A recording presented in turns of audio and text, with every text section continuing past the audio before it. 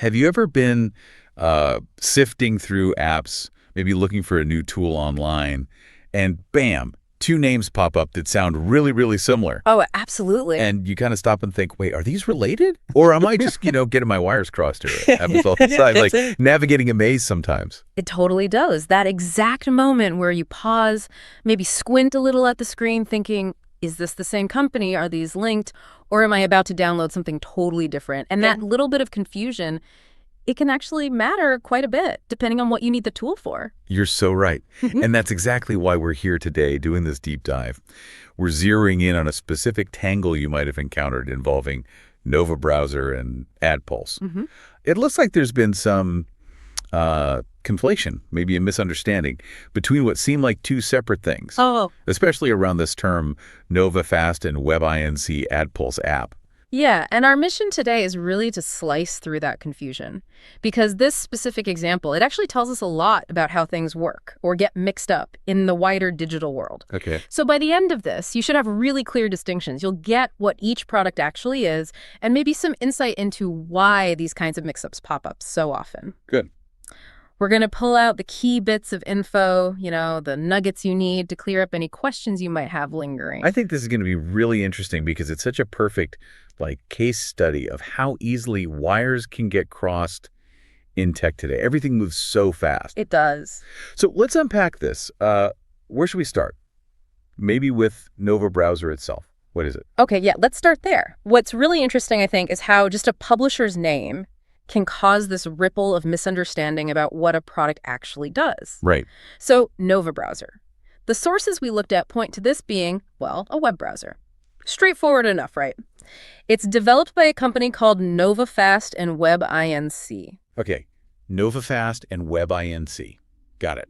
And you'd find it where? Like app stores. Yeah, exactly. Like on Google Play, that sort of place. So it's a browser, kind of like Chrome or Firefox maybe, but obviously its own thing. Yeah. Does it have specific features that make it different? That's the idea. It's pitched as an all-in-one smart browsing tool. The features seem geared towards making things smooth and fast. Like what?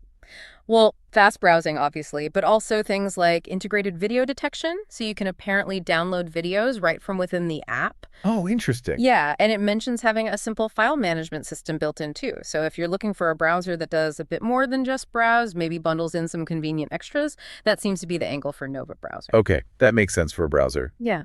But the listener's confusion, the core of it, seemed to be how AdPulse fits into this picture. Yeah. Especially if Nova is just a browser. How does that piece connect? Right, and this is where we hit that key point about, let's call it digital branding, or maybe just how things are listed. Okay. The confusion seems to mostly come from the Google Play Store listing for the browser. Its title is Nova Browser Web and Fast. But the publisher listed for that app is AdPulse INC. Ah, okay. So AdPulse INC Yeah. is the company putting the app on the store. Exactly. They publish it, they distribute it. But, and this is the crucial bit, that company, AdPulse INC, is not the same thing as the AdPulse platform you find over at adpulse.app. They're separate entities. Okay, hold on. So we've got AdPulse INC, the publisher, the browser. Correct. And then there's a completely different product called AdPulse.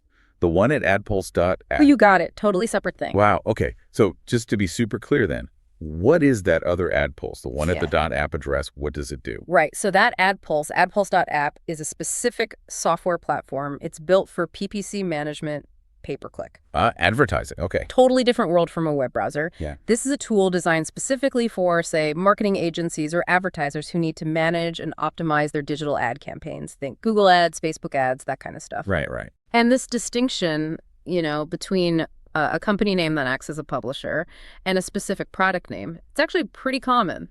Is it? Yeah, sometimes companies use similar names for different arms of their business, or even just for the entity that handles App Store submissions. It can definitely lead to these mix-ups if you're not looking closely. That's a really, really important point. So the adpulse.app, that's a professional tool for managing Google ads. You mentioned Microsoft ads, Meta ads, Yeah. even Amazon ads. all in one place.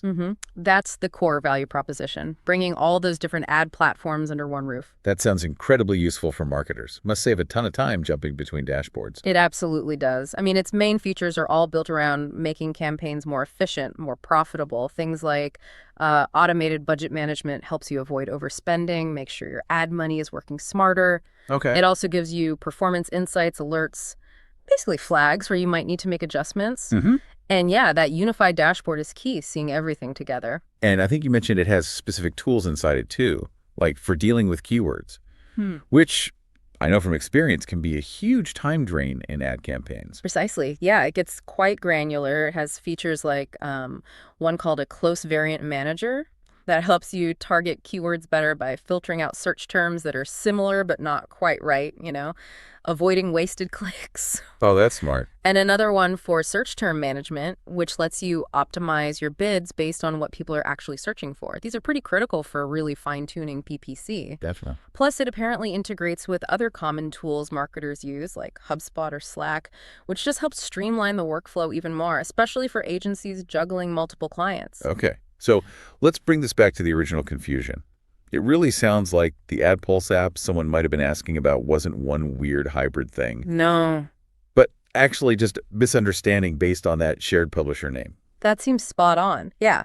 The AdPulse app you probably encountered in the wild, like on Google Play. That was almost certainly the Nova browser app. Which just happens to be published by AdPulse INC. Correct. And its function is purely as a web browser. The other AdPulse, the one at adpulse.app, is that specialized software for ad professionals. Completely different tools, different jobs, different audiences. Entirely. Even with that overlapping name in the background, it's such a classic example of why you really need to look past the label sometimes. Wow. This has been actually really clarifying, untangling what seems simple, but really shines a light on these digital naming conventions. So just to recap the main takeaway here, Nova Browser is a web browser made by NovaFast and WebINC, put on the App Store by AdPulse INC. Yep. And then completely separately, AdPulse at adpulse.app is a PPC management platform for marketers. Different functions, despite the publisher name link. That's the core distinction. And understanding these kinds of precise differences, it's just so important for navigating, the huge digital landscape out there. So you use the right tool for the right job. Exactly. And you don't get misled by, like you said, a surface level connection. It really shows how small details, like who the publisher is versus what the product is, can create pretty big misunderstandings about functionality. Definitely. So maybe here's something for you, the listener, to think about. In this digital world where you constantly see products with similar names or companies publishing things where the name echoes something else, how much more critical does it become to really look beyond that name, to dig in and understand what a tool actually does, what its core purpose is? Think about how that applies elsewhere, maybe other apps you use, services you subscribe to. Yeah, it's all about getting past the branding, past the label, and really understanding what's, under the hood, what you're actually getting.